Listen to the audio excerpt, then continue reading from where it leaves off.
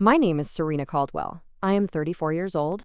On Christmas Eve, at 11 minutes past 7 in the evening, my mother-in-law Patricia stood in the doorway of the guest bedroom, pointed at my daughters, 6-year-old Emma and 4-year-old Lily, and said, "I need this room. Bryce and Courtney need somewhere to put the baby."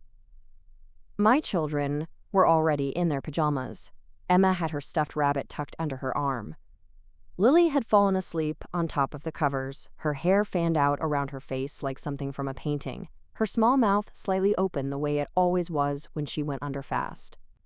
And Patricia stood there in her cream wool cardigan, perfectly calm, the way she was always perfectly calm when she was doing something she had already decided was acceptable, and told me to pack their things and find somewhere else for them to sleep. There was no extra room. There were no other beds. The couch in the den was already claimed by Marcus's twins. What Patricia was really saying, and we both knew it, even if only I would ever admit it, was that my children could figure it out on the floor of the hallway, or we could drive 40 minutes home in the dark on Christmas Eve, because her nephew Bryce and his girlfriend Courtney had a 6-month-old named Oliver, and that baby was a blood grandchild, a Caldwell by birth. Mine were not. Mine were Drew's girls, as Patricia had called them for 4 years.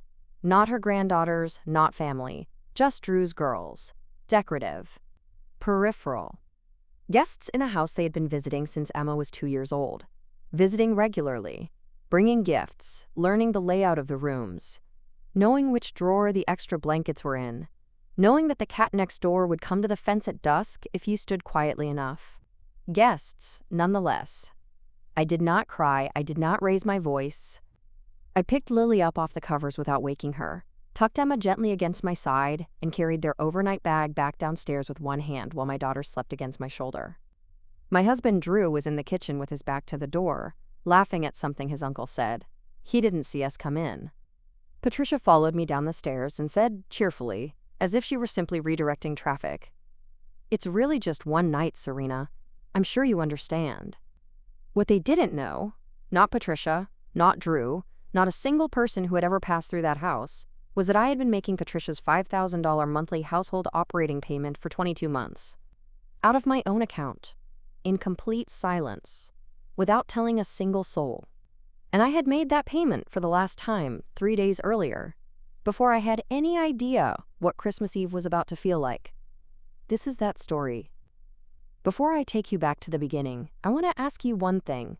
Where in the world are you right now as you watch or listen to this? What city? What time?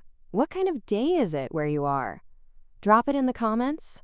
I read everyone, and I genuinely love knowing how far these stories travel. And if you connect with stories about women who give quietly, who are taken for granted by the people they hold up, who work in the background of someone else's life without credit or acknowledgement, please like this video and subscribe to this channel. You are exactly who this was made for. Now let me take you back to where this all begins. Patricia Eleanor Caldwell was 61 years old, a widow of 7 years, and a woman who had organized her entire life around a principle she had never needed to examine, because it had always worked, that certain things were owed to her by virtue of who she was.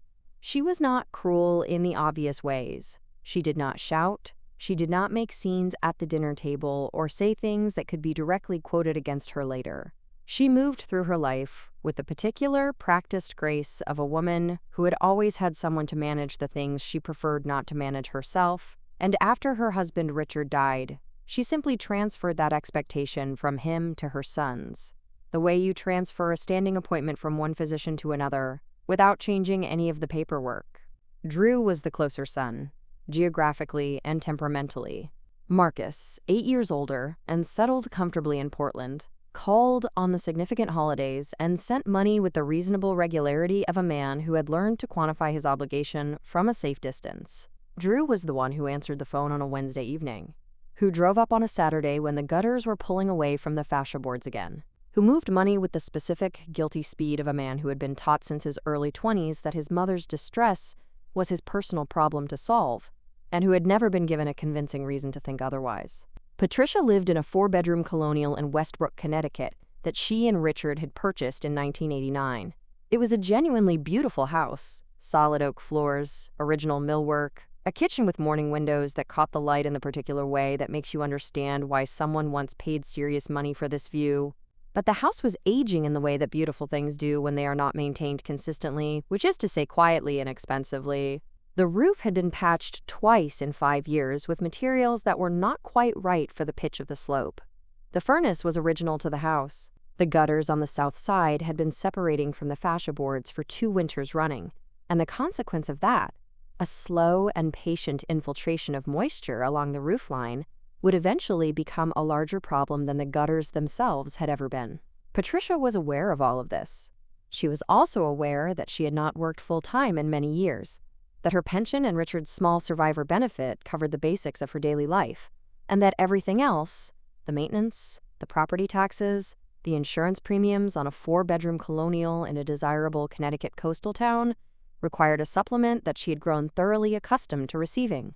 She had a specific and very effective technique for generating that supplement, and it did not involve asking directly. She called Drew and described the situation, and the situation always did the asking for her. She would say, "The furnace is making a sound I've never heard before, not I need money for the furnace." She would say, "The bank sent a letter about the property taxes," not "I cannot cover this and I need you to." She deployed measured helplessness, the way experienced negotiators deploy silence. Precisely, patiently, at the moment when the person on the other end was most likely to fill the gap. Drew filled it. He had been filling it since his early 20s, from his first real paycheck forward, and it had never once occurred to either of them that what they were engaged in was a transaction rather than a relationship. That is an important distinction, and it is the one that took me the longest to name. There was a second dimension to Patricia that required more time to map accurately because it lived in the space between what she said and what she meant, and that space was not available to anyone who was not paying very close attention. Patricia had 3 grandchildren. She called her grandchildren. Oliver, Bryce's son, born in the spring and immediately installed as the organizing event of Patricia's emotional calendar. Marcus's twins, Audrey and James, from his first marriage. Caldwell's by name, belonging to her world. And then there were Emma and Lily, my daughters. Drew's daughters by marriage and by every meaningful measure of parenthood. But not by blood, and for Patricia, blood was the load-bearing wall. Everything else was decoration. She was never openly cruel to them. She bought birthday presents. She asked about school in the warm, slightly incurious way of a woman performing the gesture without expecting the answer. She called Lily sweetheart on occasion, in the easy way you call any small child sweetheart when you want to seem warm without committing to warmth. But she called them Drew's girls. In every conversation with her neighbors, her charity friends, her sister-in-law, the relatives at every holiday table, always Drew's girls. Never my granddaughters. Never family. The distinction was never explained and never needed to be, because it was not a distinction that Patricia experienced as a choice. It was simply the architecture of how she understood who belonged where in her life. Emma noticed before she had words for it. She was 4 years old the first time I watched her register it. The particular stillness of a child who has understood something she cannot yet explain, standing in Patricia's living room with a Christmas ornament in her hand that Patricia had handed to Oliver and then reached past her to retrieve. A 4-year-old sees everything. She just does not yet know what to do with what she sees. I met Drew when I was 28. We had been married 4 years by the time this story reached its crisis, and I had understood from the second year of our marriage what position I occupied in Patricia's understanding of her world. She was never unkind to me directly. She asked about my work with the polite brevity of a woman asking a question she has already internally answered. She thanked me for dinners I made when we visited. She included me in conversations about neutral subjects, the weather, the garden, something she had read, and pivoted past me toward Drew whenever the subject became one that mattered to her. She talked to Drew across me in a way that was not hostile. It was habitual. The habit of a woman who has always oriented herself toward the people who were the point of the gathering, and who had categorized me, without malice, as the context in which Drew arrived. I was the frame. He was the picture. I understood this. I observed it. I filed it and continued. Let me tell you now about the first time I saw the financial architecture of what Drew and I were actually participating in. It was February of our second year of marriage, a Thursday evening cold enough to make the kitchen windows fog at the edges. Patricia called Drew while we were eating dinner. I watched his face move through the 4 stages I had learned to read: initial attention, deepening concern, resigned calculation, and then the tightening along the jaw that meant money was the next step. The furnace had given out. The repair estimate was $4,200. Patricia's voice, which I could hear across the table, was not panicked. It was the modulated, measured distress of a woman who had learned over many years that panic pushes people away, but calm, controlled helplessness reliably pulls them in. Drew said, "We'll figure it out," and hung up. I sat across the table from him and waited a moment. Then I said, "Let me look into other options before we move any money." I spent 3 days on it. There was a Connecticut State Homeowner Assistance Program that covered up to 40% of emergency HVAC repair costs for qualifying applicants. The repair company itself offered a 12-month payment plan at no interest on jobs over $2,000. Patricia had substantial equity in that house. The Colonial had been paid down considerably over 30 years, and she had never once opened a home equity line of credit, which was a straightforward, low-cost option for exactly this kind of recurring maintenance need. I compiled all of it into a document, printed it neatly, and drove it to Westbrook on a Saturday morning. Patricia received it in the particular way she received most things that came from me, graciously, briefly, and with the kind of attentive politeness that meant she had already decided. "I don't want a government program," she said. "It feels like charity." I explained that it was designed for exactly this situation, that tens of thousands of Connecticut homeowners used it annually, that there was no stigma attached and no visible process. She said, "Richard would have handled this, into the middle distance, deploying the memory of her late husband the way she deployed it when she wanted something communicated without being the one to communicate it." The grief was genuine. The tactic was also genuine. Both things were true at the same time. Drew paid the $4,200. I said nothing and told myself it was once, urgent, finished. I was wrong on 2 of those 3 counts. Over the 9 months that followed, Patricia called Drew with financial needs 5 more times. A water heater, $1,800. A section of fence brought down by a late spring storm, just over $2,000. 2 months of property taxes she said she had miscalculated, nearly $5,000 combined. A car repair. A plumber for what turned out to be a drain she had been quietly ignoring for well over a year. Each time, money moved from our joint account. I did not say the number aloud until October, when I sat across from Drew at the kitchen table with a spreadsheet I had prepared in advance, laid out cleanly, each entry dated, each amount confirmed. "This is what has happened to our savings in 9 months, I said. The number was $14,230. That was money that should have been moving toward a down payment on a house of our own. Drew was quiet for a long time. He did not argue with the numbers.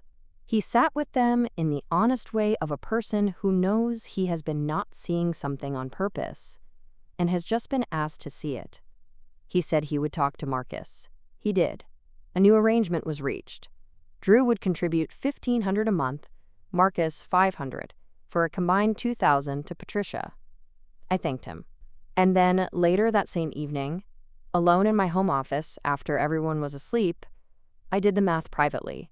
Patricia's actual monthly costs, the mortgage payment, property taxes prorated across 12 months, homeowner's insurance, and the basic maintenance reserve that any responsible owner of a 35-year-old Colonial should be carrying, ran consistently between $5,200 and $5,500 a month.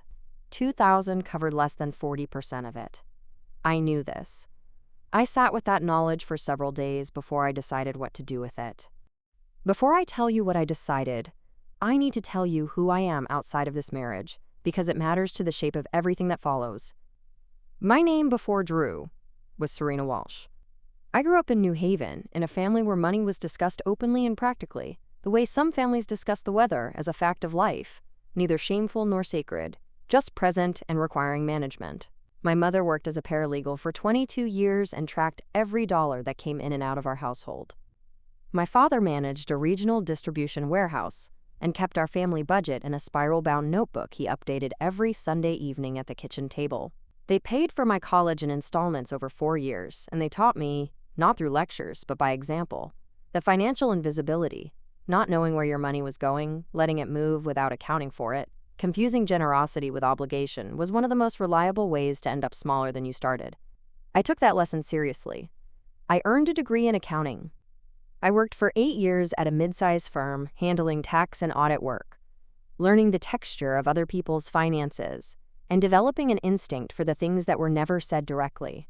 When Drew and I got married, and I relocated to Connecticut, I built my own client base, one small business at a time, through referrals and careful, consistent work. By the time of the furnace crisis, I was managing accounts for 11 businesses across the state, and my professional income had grown well beyond what Drew and I had factored into our shared household budget. I kept a separate operating account for my business income. It was not secret in any conspiratorial sense. It was structurally separate, the way any professional keeps her working tools organized apart from the household. Mine. Clearly, precisely, professionally mine. What I decided in the second week of November, sitting alone at my desk in the quiet after everyone else had gone to bed, was something I had genuinely never planned and have never told anyone until now. I decided to cover the shortfall myself, not through Drew, not through our joint account, and not through any conversation that could be observed or discussed or built into an expectation. Patricia used a local property management service for her quarterly maintenance invoicing, a common arrangement for older homeowners who preferred to have their bills routed and organized on their behalf. That service operated a general operating contribution mechanism used by clients receiving trust disbursements and estate fund transfers. I had the routing information from estate paperwork Drew had asked me to organize 2 years earlier. I set up a recurring transfer of $5,000 a month, designated as a maintenance and operating contribution from the Caldwell Family Maintenance Reserve. The name was chosen deliberately. Patricia had an old family trust, a vehicle Richard had established during his working years, that was technically still active, but largely dormant. The first transfer arrived in December, and Patricia received it the way she received everything she had decided was her due, without question, without curiosity, without a single call to verify the source. She assumed it was a delayed disbursement from Richard's estate, timed to her annual household cycle. She assumed it because, not assuming it would have required asking a question she had no particular interest in asking. Every first of the month, for 22 months, $5,000 moved from my business account into Patricia Caldwell's house. I made 22 payments. I reviewed my private ledger every quarter with the same methodical attention I brought to my clients, books, and by December of the second year, the running total had reached $110,000. I am saying that number plainly without softening it, because it deserves to be said plainly. $110,000. Contributed in complete silence. Into a house where my daughters were called Drew's girls. Into a house where Oliver's photograph was centered on the refrigerator door, and there was nothing of Emma and Lily anywhere in the common spaces. Into a house where, on the night of December 24th, a 6-year-old in reindeer pajamas holding a stuffed rabbit was told she would be sleeping on hallway cushions because the blood grandchild needed the proper room. I need to pause here for just a moment because I want to speak to you directly. If you are watching this and you recognize something of yourself in this, if you are the quiet one in your family, the one whose name never appears on the thank you, whose effort is invisible, who holds something together from a position no one is looking at, I want you to drop a comment right now. Say, I see this. Tell me your version of it. You do not have to be specific. Just let me know you are here, because this channel exists because of you and for you. And while you are in the comments, please hit subscribe. Because what happens next, what happened in that kitchen on Christmas morning at 12:37 in the afternoon, is the moment this whole story has been building toward. The holiday plans had been set since October, confirmed in a phone call between Patricia and Drew on the 15th of that month. We would arrive at the Westbrook house on the evening of December 24th, stay overnight, and celebrate Christmas morning together as a full family. Marcus had driven down from Portland with his 12-year-old twins, Audrey and James. Bryce and Courtney were coming from Providence with Oliver, and the considerable volume of equipment that a 6-month-old apparently requires for a single overnight. Patricia had been planning the gathering for weeks. There was a color-coded gift arrangement beneath the tree, organized by age and recipient. There was a seating chart for the dining room, sketched in her careful handwriting in the calendar she kept on the kitchen counter. Patricia approached Christmas the way she approached most things of importance, with the organizing energy of a woman who had long ago decided how everything was supposed to look, and who experienced deviations from that picture as failures of other people's consideration. Emma had asked me in early November whether she and Lily would get to sleep in the room with the big window, the one that looked out over the backyard where you could sometimes see a deer at dusk if you stood still enough. I said yes. Of course, yes. I called it the girls' room without thinking, because they had slept in it 4 times before over 4 years of visits, and it had become, if not theirs exactly, at least familiar in the way that regularly visited places settle into the body. What I failed to account for was that familiarity is not a claim, and comfort does not generate rights in a house governed by the principle of blood. We arrived at 6:43 in the evening. The house smelled like pine boughs, and the clove and orange candle Patricia ordered each December from a catalog she had kept since Richard was alive. Bryce and Courtney were already there. Oliver was propped against Courtney's shoulder in a green velvet onesie, dressed for the occasion in the way you dress a baby when you want adults to receive him as a centerpiece. Patricia met them in the front hallway with both arms open, voice at its warmest and most expansive. "There he is," she said. Then again, softer, almost to herself. "There is my Christmas boy." She held him against her for a long moment, murmuring something into the green velvet. Then she looked back over her shoulder and said, to Emma and Lily pleasantly and with complete calm, "Girls, your room is all set, the one at the top of the stairs." Emma knew the room. She took Lily's hand and started up. I followed with the overnight bag. 48 minutes later, at 11 minutes past 7, I was in that room helping Lily change into her reindeer pajamas when Patricia appeared in the doorway. She did not knock. She stood in the frame with her hands clasped at her waist, and she delivered what she needed to say cleanly, without hesitation, as a logistical statement rather than a decision requiring any discussion. "I need this room. Bryce and Courtney need it for Oliver. He has a whole travel system, and they need proper space to set it up. I thought the girls could use the den cushions in the hallway tonight. It's just one night." She was already moving on to her next thought before she had finished saying it. I looked at Lily, who was looking at Patricia with the particular expression of a child who has understood something she does not yet have the vocabulary for. "I zipped Lily's pajamas." I said, "Emma, bring your bag, sweetheart." Lily was still half asleep. I lifted her onto my shoulder. Patricia followed me into the hallway and then down the stairs, still explaining in her reasonable, organizing voice, still managing the situation as though it were simply a matter of spatial logistics, and not a statement she was making about who in her house was worth a bed. "I'm sure you understand," she said again at the bottom of the stairs. "It really is just the one night. The girls are young enough that they won't even remember it." I thought about Emma's face in the doorway. I thought about the stuffed rabbit under her arm. I thought about the fact that she had asked me in November about that specific room, that specific window, and I had said yes without hesitation because I had not yet learned to stop assuming. I turned to Drew, who had finally registered that something was wrong. "We're going home tonight," I said. "We'll come back in the morning for gifts." He looked at me. He looked at his mother. His mother looked back at him with the placid patience of a woman who had made her decision and expected the adults in the room to accommodate it. "Mom, come on," Drew said. "They're already in their pajamas. Can't we work something out?" Patricia said, "There's nothing to work out, Drew. Oliver needs the space. The girls will be perfectly comfortable. They're small." Emma was standing beside me. She had heard every word. She was 6 years old. I picked up our coats from the hook by the door. In the driveway, while I buckled the girls into their car seats, Drew said to me under his breath, "She doesn't mean it the way it sounds." I buckled Lily's harness without rushing. I said, "I know." He said, I'll talk to her tonight. I said, okay. I did not say anything else. The drive home was 40 minutes. Both girls were asleep before we reached the first highway interchange. Drew drove.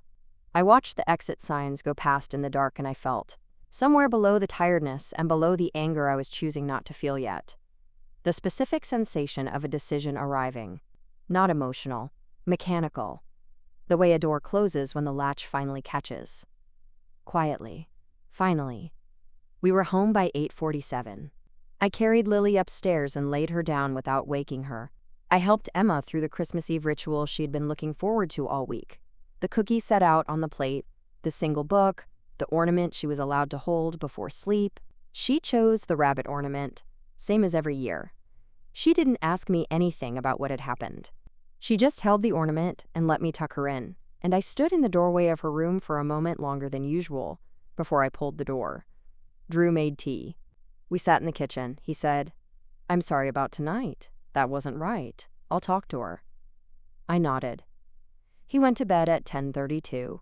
I sat at the kitchen table with my laptop open and my tea going cold. I opened my business account management portal. I navigated to the recurring transfer. $5,000, the first of every month. 22 payments completed. The December 25th payment scheduled to process automatically in 9 days. I looked at the total in my private ledger one more time. $110,000. I looked at the scheduled payment. Then I canceled it. I opened the recurring schedule and disabled all future instances. The system generated a confirmation at 10:51 in the evening on December 24th, 2023. 3 clicks. A confirmation number. I closed the laptop. I rinsed the teacup. I turned off the kitchen light. I went to bed. Christmas morning in our own house was everything a Christmas morning with small children is supposed to be. Emma came downstairs at 6:42 with the total, uncontainable energy of a child who has left a cookie out the night before and is now prepared to receive what the universe owes her. Lily followed 5 minutes later, still carrying the silver star ornament she had taken to bed with her, hair pointing in 4 directions, wearing the expression of someone who has just woken up inside the best possible life. We opened gifts in our living room, around our own tree, surrounded by photographs on the walls that showed all 4 of us, at the beach, at Lily's birthday, at a state park in the fall where everyone was squinting in the same direction at something off camera. Every photograph had all 4 of us in it. Drew made waffles. I made coffee. Lily gave a brief speech about what Santa had understood about her this year. Emma agreed with all of it. By 10:23, we drove back to Westbrook. I had decided this the night before, at 10:52, 1 minute after the cancellation confirmation. We would go. We would participate. The girls had gifts waiting, and they deserved their Christmas morning, with the full family assembled, whatever that family was. Presence was not concession. Showing up was not surrender. Patricia greeted us at the door warmly. She called Lily sweetheart and took their coats. In the living room, gifts were distributed and opened. Oliver received the hand-knitted pale green merino sweater from the boutique on Main Street, with small wooden buttons and a card that said, "From Grandma," in Patricia's careful cursive. Marcus's twins received matching cable-knit pullovers and gift cards to the bookstore they had mentioned in October. Emma and Lily each received a small craft kit, the kind that comes in a cardboard box, the kind that retails for around $12 at the pharmacy around the corner. I thanked Patricia. Drew thanked Patricia. Emma said thank you with the genuine, wide-open graciousness of a 6-year-old who has not yet learned to calibrate her gratitude to the cost of the gift. Lily was already opening the box. The morning moved forward the way Christmas mornings do when there are children in the room. Noisily, warmly, with Oliver being passed from one adult to another in his green velvet onesie like a very small dignitary on a very important round of visits. At 12:37 in the afternoon, while the late breakfast plates were being cleared, Drew's phone rang from the hallway table. He stepped into the hallway to answer it. I was at the sink.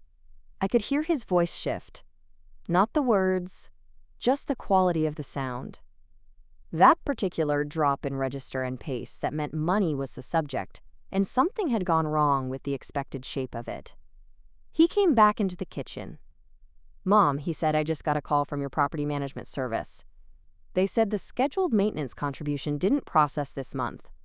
The December payment. Patricia looked up from her coffee. Which one? The operating transfer? Yes. The monthly one. They say the recurring payment was canceled on December 24th. Patricia set her cup down. Her expression shifted. Not dramatically, just precisely. From the expansive warmth of Christmas hosting into something more focused and careful. I thought that was automated. How does it get canceled? Drew said someone has to cancel it from the originating account. It was Marcus who asked the question that opened the room. He said, "What originating account? Dad's estate was fully closed years ago. What fund is this? What transfer are we talking about?" The question sat in the kitchen in the way that a true question does. Impossible to deflect, impossible to answer without consequence. Patricia looked at Drew. Drew looked at the table. I was still at the sink. I turned off the water. I dried my hands on the dish towel. I set the towel down on the counter. I turned around. The kitchen was entirely quiet, except for Oliver making a small content sound in his bouncy seat, completely unaware that the room around him had just changed its shape. "I can answer that," I said. 5 adults went completely still. I said it without ceremony, without any dramatic pause beyond the one the moment had already made. I said it in the same tone I would use to explain a line item to a client at the end of a quarterly review. For the last 22 months, I have been making a $5,000 monthly contribution to the operating costs of this house. Out of my own business account, directly through the property management service, designated as a maintenance reserve contribution. I did not tell anyone I was doing it. That payment was canceled on the evening of December 24th. Drew was doing the math in real time. I could see it moving across his face. 5,022 months, and I could see the number land in him the way a large, specific fact lands in a person who has been not seeing something on purpose for a long time. It was not one expression. It was several, in quick succession, none of which he was ready to put into words yet. Marcus sat very still, and then looked at Patricia. Bryce looked at Courtney. Patricia looked at me. "I don't understand," Patricia said. "Why would you do that without telling anyone?" "The house was running a shortfall every month," I said. "The actual operating costs ran over $5,000 consistently. Drew and Marcus were contributing $2,000 combined. I had the means to cover the difference, and I believed it was the right thing to do for the family." I used the word family deliberately, and with enough quiet weight that it could not be missed. Patricia heard it. I watched her hear it, watched it register. "Why didn't you say anything?" Marcus asked. His voice was careful, not accusatory, genuinely trying to understand the shape of what had been happening in their family without their knowledge. "Because I didn't want it to become expected," I said. "Contributions that are visible have a way of becoming obligations before anyone has agreed to them." Silence. Long and particular. Drew said my name. Just my name, quietly, in a tone that had no accusation in it. Just recognition. The recognition of someone who realizes he has been standing in a room he did not fully understand. Patricia said, after a pause that seemed to rearrange something in the kitchen without anyone moving, "Surely there's a way to continue." "I've enjoyed contributing," I said, "and I've decided to redirect those funds." Another pause, longer than the first. Patricia looked at me across the kitchen. It was the first time in 4 years that she looked at me with the expression she reserved for things she was actively calculating. Not warmth, not quite, but real attention. Recognition. The specific, adjusting look of a woman who has been confidently categorizing someone for years and has just been shown, in one kitchen, on one Christmas afternoon, that the category was entirely wrong. "Where will the money go?" she asked. Something had left her voice. The effortless quality. The assumption that arrangements continued as she expected them to. "We're buying a house," I said. "Drew and I have been working toward it for a long time." The room took a breath. Oliver made another small sound. Someone's chair shifted. And that was all. No scene, no raised voices, no performance. "Just the truth," said plainly, in a room full of people who had not been ready for it and who now had to decide what to do with it. The weeks after Christmas came in the way that consequence always comes when truth has been held in a small container for a long time, in layers, arriving at different speeds, with different weights. Drew and I had many conversations through January. Long ones, at the kitchen table after the girls were asleep, sometimes late enough that the house got cold. They were not arguments, though there were moments that leaned toward argument. Moments where the accumulated, not saying of 2 years, pushed up against the surface and had to be managed carefully. He was not angry with me for keeping the payments secret. What he felt was something more complicated than anger. Real gratitude, genuine shame, and the particular discomfort of a good person confronting the fact that his own habit of comfortable not knowing had made my secrecy necessary. He had not asked. He had not looked closely. He had let himself not see the gap in Patricia's finances, because seeing it would have required a harder conversation than he was ready to have. We named that in those January evenings. Both of us named it without either of us leaving the room. It was not comfortable. It was the most honest thing we had done in a long time. Necessary and honest tend to feel the same in the moment. I asked him in the second week of January what he had decided about Patricia's house. He said he and Marcus were figuring it out, that Marcus would increase his contribution, that Drew would continue the $1,500, that Patricia was looking at the equity line she had always been reluctant to open. He said it's our problem to figure out, not yours to solve from the background anymore. I said thank you. I meant it entirely. That conversation cost him something to have, and he had it anyway, which is the thing I love most about who Drew actually is, when he stops managing other people's feelings and starts managing his own. Marcus called me in the second week of January. He is, at his core, a decent person who had protected himself from the close-range weight of Patricia's needs through the clean buffer of Portland, and who was doing genuine reckoning in the days after Christmas with what that buffer had cost the people around him. He said he hadn't known, and he said he thought what I had done was extraordinary. I said thank you. He said, what happens to the house long term? I said, that is a conversation for you, Drew and Patricia. I'm not in that accounting anymore. He was quiet for a moment. Then he said, understood. 2 syllables. The right to, said simply. Patricia called me in the last week of January. It was the longest conversation we had ever had without Drew, as the room's organizing center. She began the way she began most things. Properly, with structure. She asked how the girls were. She asked whether we had found a house yet. She mentioned a neighbor's tree had come down in a January ice storm and said the street looked different without it. Small talk, but deliberate small talk, the kind you use when you are working up to something and need the warmth of an ordinary conversation before you can step into an extraordinary one. And then she said, I want to speak to you about Christmas Eve. I told her she didn't have to. She said, I do. There was a quality to those 2 words that I had not heard from Patricia before.